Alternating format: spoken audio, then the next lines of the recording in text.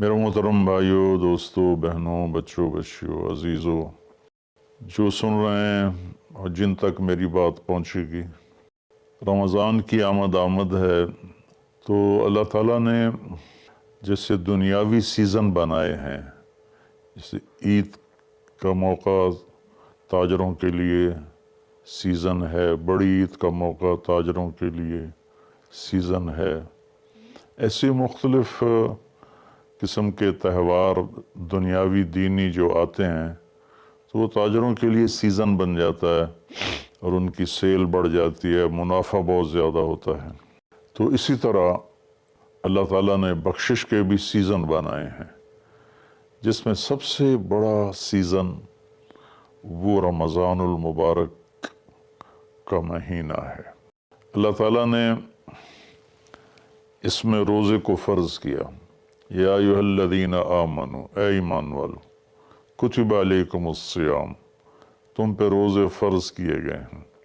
روزہ چونکہ اوکھا عمل ہے، خاص طور پہ لمبا روزہ گرمیوں میں، تو اس کو ہلکا کرنے کے لیے اللہ نے کہا ما کتب علی الذین من قبلکم، کہ تم گھبراؤ نہیں، تم سے جو پہلے تھے ان پر بھی ہم نے روزہ فرض کیا تھا۔ اور میں تھوڑی وضاحت کر دوں، ان کا روزہ ہم سے بہت مشکل تھا۔ ان کا روزہ 24 گھنٹے کا ہوتا تھا، افطاری سے افطاری، سحری کوئی نہیں۔ افطاری کھا لی بس ختم، اب اگلے دن کی افطاری 24 گھنٹے کا روزہ ہوتا تھا۔ تو اس لیے اللہ نے کہا کما کتب علی الذین من قبلکم، کہ تم سے پہلوں پر بھی روزہ تھا لیکن وہ ہم نے ایسا رکھا تھا، آپ کے لیے یہ آسانی والا رکھا ہے کہ آپ کے لیے ساری رات کھانا پینا بیوی حلال ہے۔ پھر آگے خوشخبری سنائی لعلکم تتقون، کہ اللہ کی طرف سے جب لعل ہوتا ہے تو وہ یقین کے معنی میں ہوتا ہے، انسان کی طرف سے جب لعل ہوتا ہے تو شک کے معنی میں ہوتا ہے۔ تو اللہ تعالیٰ نے کہا کہ جب تم روزے رکھو گے نا، جیسے روزے رکھنے کا حق ہے تو تمہیں تقوی نصیب ہوگا، اور اگر تمہیں تقوی نصیب ہو گیا تو قرآن ہی سے ہم سنتے ہیں کہ تقوی پر اللہ کیا دیتا ہے، من یتق اللہ یجعل لہ مخرج ویرزقہ من حیث لا یحتسب، کہ جو تقوی اختیار کرتا ہے اللہ اس کے لیے ہر تنگی سے راستہ نکالتا ہے۔ جیسے آج کل کی ٹینشنیں اور بے شمار قسم کے ڈپریشن اور ایک دنیا کی دوڑ نے ہماری لائف کوالٹی بہت خراب کر دی ہے، چیزیں بڑی اعلیٰ ہو گئی ہیں، سواریاں بڑی اعلیٰ ہیں، لیکن لائف اٹ سیلف کوالٹی اس کی بڑی پور ہو گئی ہے، بہت خراب ہو گئی ہے۔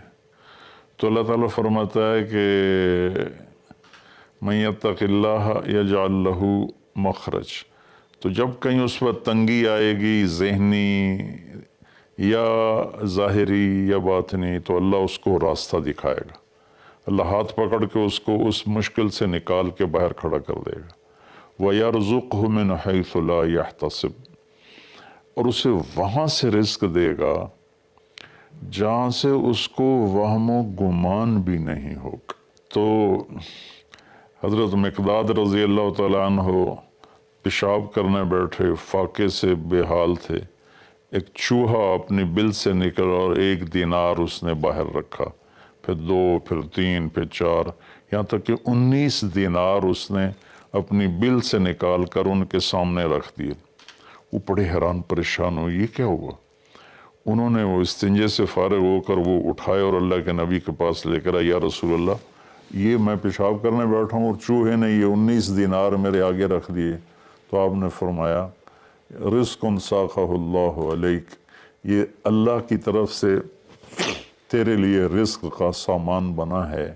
پھر آپ نے یہ آیت پڑھی من یتق اللہ یجعل لہ مخرج ویرزقہ من حیث لا یحتسب، جو تقوی اختیار کرتا ہے اللہ ہر تنگی سے راستہ دکھاتا ہے اور وہاں سے رزق دیتا ہے جہاں سے وہم و گمان بھی نہ ہو۔ اور اللہ کے دینے کے تو بے شمار راستے ہیں، اللہ کے دینے کے لامحدود راستے ہیں۔ تو پیسہ نہیں ہوگا تو کام کیسے بنے گا، کاروبار نہیں چلے گا تو روٹی کہاں سے کھائیں گے؟ وہ اللہ نے اپنے ذمہ لیا ہوا ہے. ہماری ذمہ ہے کہ ہم سبب اختیار کریں اور تقوی اختیار کریں. رزق اللہ وہاں سے دے گا جہاں سے وہم و گمان بھی نہیں. تو تقوی پر من یتق اللہ یجعل لہ من امرہ یسرا. پھر دوسری اللہ تعالیٰ خوشخبری یہ سناتے ہیں کہ جو تقوی اختیار کرتا ہے نا، اللہ اس کے کاموں کو آسان کر دیتا ہے. اوروں کے لیے وہی کام مشکلات میں گھرا ہوتا ہے، اور اس کے لیے مکھن سے بال کے نکلنے کی طرح اللہ اسے آسان فرما دیتا ہے. تیسرا تقوی کی جو فائدہ اللہ بتاتے ہیں، من یتق اللہ یکفر عنہ سیئاتہ ویعظم لہ اجرا. جو تقوی اختیار کرتا ہے وہ کوئی یہ نہیں کہ اس سے گناہ نہیں ہوتا، اس سے بھی گناہ ہوتا ہے. ہمارے ہاں یہ بڑا عجب تصور ہے کہ اگر کسی نے داڑھی رکھ لی، تبلیغ میں چلا گیا یا عالم بن گیا، بس اس سے تو کوئی گناہ ہونا ہی نہیں چاہیے، اور ہم جو مرضی کرتے پھریں، ہمیں تو کوئی پوچھ نہیں، ہم دنیا دار ہیں. تو یہ بڑی گمراہی ہے. سوائے نبیوں کے کوئی بشر خطا سے پاک نہیں ہے، چاہے وہ کتنا ہی بڑے مرتبے والا ہو. خطا ہر انسان کے ساتھ لگی ہوئی، بلکہ وہ انسان ہی نہیں جس سے خطا نہ ہوتی ہو. تو اللہ تعالیٰ کہتا ہے یکفر عنہ سیئاتی. جو تقوی اختیار کرتے ہیں وہ اپنے گناہوں پہ نادم ہوتے ہیں، توبہ کرتے ہیں، تو اللہ تعالیٰ کہتا ہے ہم ان کے گناہوں کو مٹا دیتے ہیں. معاف کرنا نہیں کہا، یکفر مٹا دینا. ایسا مٹا دیتے ہیں جیسے زمیندار زمین میں بیج کو ڈالتا ہے اور وہ بیج میں اس کو زمین میں چھپاتا ہے، اور پھر وہ بیج فنا ہو جاتا ہے اور اس سے ایک نیا پودا نکل آتا ہے، ایک نئی جان نکل آتی ہے. ایسے اللہ تعالیٰ فرماتے ہیں، یہ نہیں کہا کہ یغفر لہم. اللہ تعالیٰ فرماتے ہیں، یغفر کا مطلب ہوتا ہے چھپا دینا، اور یکفر کا مطلب ہوتا ہے صفائی کر دینا، مٹا دینا. اللہ ان کے گناہوں کو مٹا دیتا ہے کہ یہ جو کرامن کاتبین لکھ رہے ہیں نا، وہ ان کی کاپیوں سے بھی غائب کر دیتا ہے. تو اور دوسرا کام کیا کرتا ہے، وَيُعْظِمْ لَهُ اجرا، اور اللہ تعالیٰ اس کا اجر عظیم کر دیتا ہے. جب اللہ عظیم کرے گا تو اس کی شان کیا ہوگی. تو رمضان اللہ تعالیٰ نے ہمیں ایسی بڑی محنت، ایسی بڑی دولت دی ہے اپنی آخرت کو بنانے کے لیے. اس میں جسمانی صحت بھی ہے اور اس میں روحانی صحت بھی ہے. اس میں جسمانی صحت بھی ملتی ہے اگر روزے کے مقصد کو سمجھ کے کھانا پینا رکھا جائے، اور روحانی صحت بھی ملتی ہے کہ جتنا جسم پہ فاقہ آتا ہے، نفس میں روشنی پیدا ہوتی ہے، دل روشن ہوتا ہے. امام غزالی رحمۃ اللہ علیہ کا فرمان ہے، جس دن بھی میرے اوپر فاقہ آیا، میرے اوپر علم کا نیا دروازہ کھلا. تو اللہ تعالیٰ نے اپنے کرم سے ہمیں یہ مہینہ دیا، شہر رمضان. شہر عربی میں مہینے کو کہتے ہیں، اور شہر کا اصل مطلب ہے شہرت. تو مہینے کو شہر مشہور اس لیے کہتے ہیں کہ ہر مہینہ اپنے آپ ہی اپنی شہرت بناتا ہے.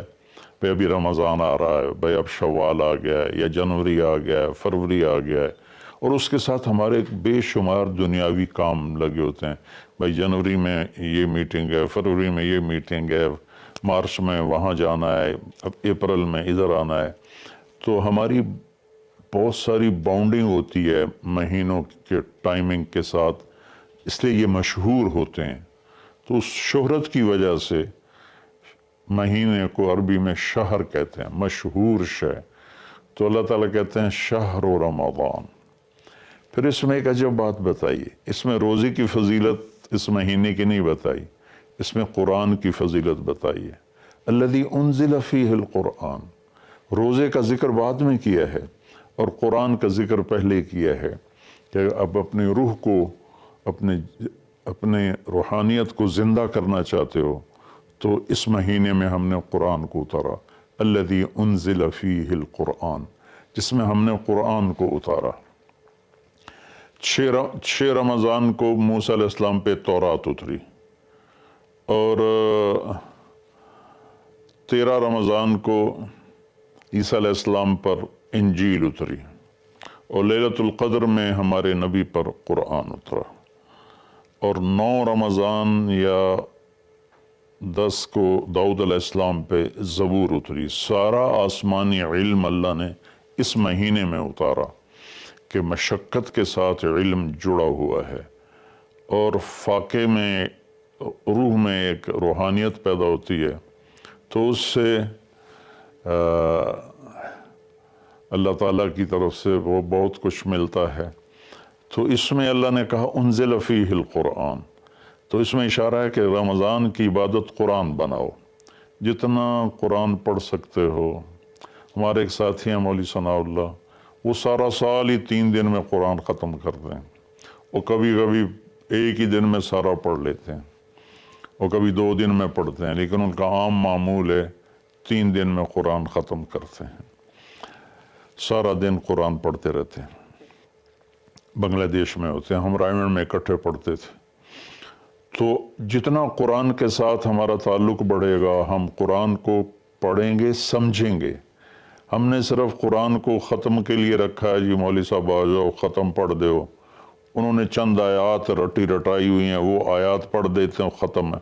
کوئی کہیں اور سے پڑھیں تو کہ تسی تو جی ختم ہی نہیں پڑھیا، او بھائی قرآن پڑھ کے سنا دیتا ہور کی کرا، نہیں تسی ختم نہیں پڑھیا، کیونکہ وہ آیات نہیں پڑھی جو ہمارے ان ان پڑھ مولویوں نے، مولوی تو ہوتے نہیں، وہ بس حافظ ہوتے ہیں اور وہ دیہاتوں میں امام بن جاتے ہیں، تو انہوں نے وہ جو ایک رسم بنا دی ہے، تو قرآن رہ گیا ختم دلانے کے لیے، قرآن رہ گیا فال نکالنے کے لیے، اور قرآن رہ گیا ہے مردوں پر پڑھنے کے لیے۔ بچے جو لوگ مالدار ہیں وہ، اور تھوڑے دین کا بھی شوق ہے، وہ مدرسے کے بچوں کو ہائر کرتے ہیں اور باپ کی قبر پہ بٹھا دیتے ہیں، وہ قرآن پڑھتے رہتے ہیں، پتہ نہیں وہ پڑھتے بھی ہیں کہ نہیں پڑھتے۔ تو قرآن پڑھیں، قرآن کو سمجھیں، روزانہ 1 صفحہ ترجمے کا پڑھ لیں، اور پورے قرآن کو اس طرح پڑھیں، آپ پر حقیقت کھل جائے گی کہ اللہ کیا کہہ رہا ہے، اور ممبر سے ہمارے خطیب حضرات کیا کہہ رہے ہیں، اللہ کس چیز کی دعوت دے رہا ہے، ہمارے خطیب کس چیز کی دعوت دے رہے ہیں، آپ پہ قرآن کھل جائے گی۔ آپ حدیث پاک کو پڑھیں، نبی پاک کی سیرت کو پڑھیں، خاص طور پہ حدیث سے براہ راست استفادہ بھی بڑے اعلیٰ چیز ہے، لیکن جتنا سیرت سے میں اپنے ذاتی طور پر کہتا ہوں، جتنا میں نے سیرت سے سیکھا وہ کسی اور چیز سے نہیں سیکھا قرآن کے بعد۔ تو نبی پاک کی سیرت کو پڑھیں، قرآن کو پڑھیں، اپنے دنیاوی کام مختصر کر دیں، اپنے ملازموں کی ڈیوٹیاں بھی مختصر کر دیں، آپ کو اس کا اجر ملے گا، ان کے روزے رکھنے کا اجر ملے گا، اور ان کی تنخواہ بڑھا دیں، ان کی ڈبل تنخواہ کر دیں اس مہینے میں، تاکہ وہ کھلے ہو کر روزے رکھ سکیں، بچوں کو روزے رکھوا سکیں۔ ہم تو ایک افطاری پہ ہزاروں روپے اڑا دیں، اور ان کی پورے مہینے کی تنخواہ چند ہزار ہو تو وہ کھل کے روزہ تو نہیں رکھ سکے گا۔ تو انزل فیہ القرآن، پھر آگے اللہ نے کہا ہدی للناس، سبحان اللہ، یہ پوری دنیا کے انسانوں کے لیے ہدایت ہے۔ زمین پہ جو راستے ہیں نا، ان کے نشان ہوتے ہیں، ہم ان کو فالو کرتے ہوئے، جیسے آج میں اپنے گاؤں سے چلا تو سڑک کو فالو کرتے ہوئے میں فیصل آباد پہنچ گیا، اب اسی کو فالو کرتے ہوئے پھر گاؤں پہنچ جاؤں گا۔ ساری دنیا میں سفر کے جو ہمارے دنیا کے سفر ہیں اس کی نشانیاں مقرر ہیں، ہمیں ڈھونڈنا نہیں پڑتا اور چلتے رہتے۔ لیکن جو ہماری آخرت کا سفر ہے اس کی نشانیاں ڈھونڈنی پڑتی ہیں، وہ امتحان ہے، اس کو اللہ تعالیٰ نے اپنے پاس ہی رکھا ہے اور قرآن میں چھپا دیا ہے کہ اب قرآن پڑھو۔ ہدن، قرآن عربوں پہ اترا تھا، تو ہدا کسے کہتے ہیں؟ اچھا سمندر میں کوئی نشانی کوئی نہیں، اب تو کمپیوٹر آ گئے، تو اس وقت وہ رات کو ستاروں کو دیکھتے تھے اور دن میں سورج کی حرکت کو دیکھتے تھے کدھر جا رہا ہے، تو اس سے وہ راستوں کو متعین کرتے تھے بیچ سمندر میں۔ جب وہ قریب کسی منزل کے قریب پہنچتے تھے تو وہاں پانی کے اندر سے پہاڑ کی چوٹی نکلی ہوتی تھی، اور اس کا پتھر کچھ ایسا ہوتا تھا کہ وہ دھوپ میں چمکتا تھا اور رات کو چاند کی چاندنی میں چمکتا تھا. اس پتھر کو عرب ہدا کہتے تھے، ہدا. سبحان اللہ. تو یہاں تشبیہ کیا ہے کہ ان زندگی کا سمندر ہے، زندگی ایک سمندر ہے جس میں آخرت کا راستہ ڈھونڈنا ہے، اور ہر انسان ایک کشتی ہے. اس کشتی کو اس نشان تک پہنچنا ہے جہاں سے راستہ ملتا ہے، جس کو ہدا کہتے ہیں. تو انسانی زندگی کے سمندر میں انسانوں کی چلتی ہوئی کشتیاں وہ جب اس پہاڑی نشان کو ڈھونڈ لیتی ہیں تو انہیں پھر ساحل پہ پہنچنا آسان ہو جاتا ہے.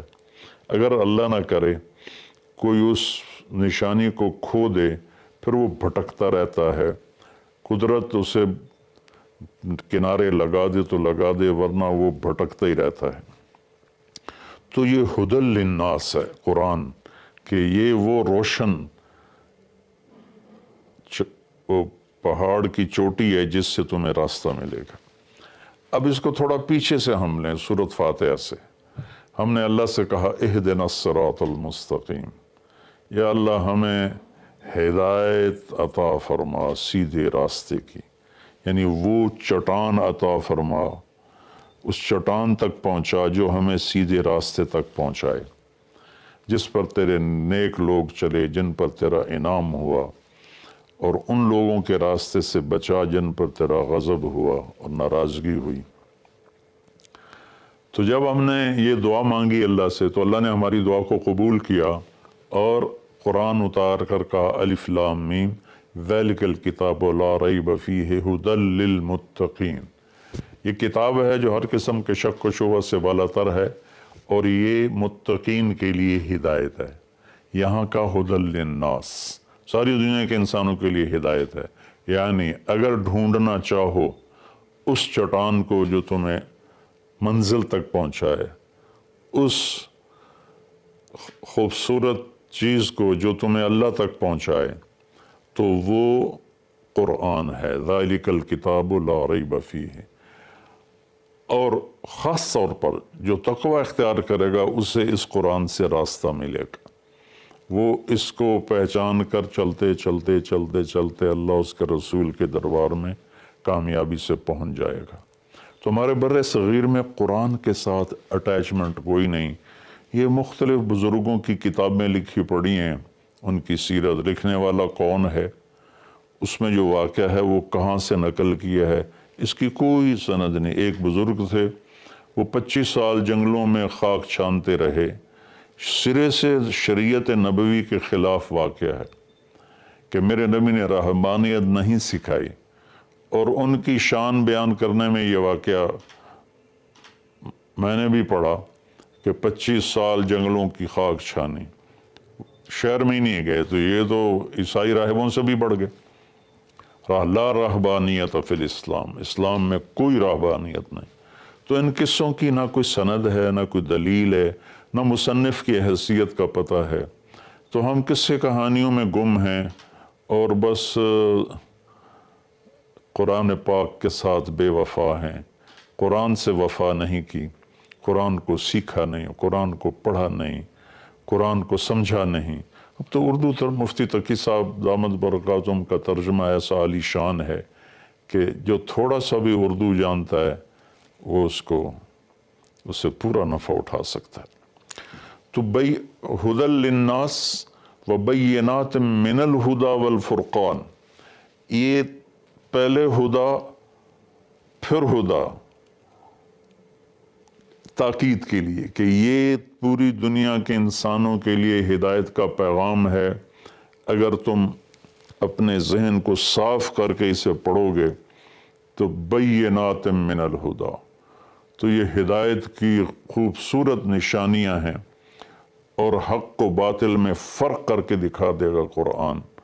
کہ اس لیے قرآن کا نام فرقان بھی ہے کہ یہ حق کو الگ کر دیتا ہے، باطل کو الگ کر دیتا ہے.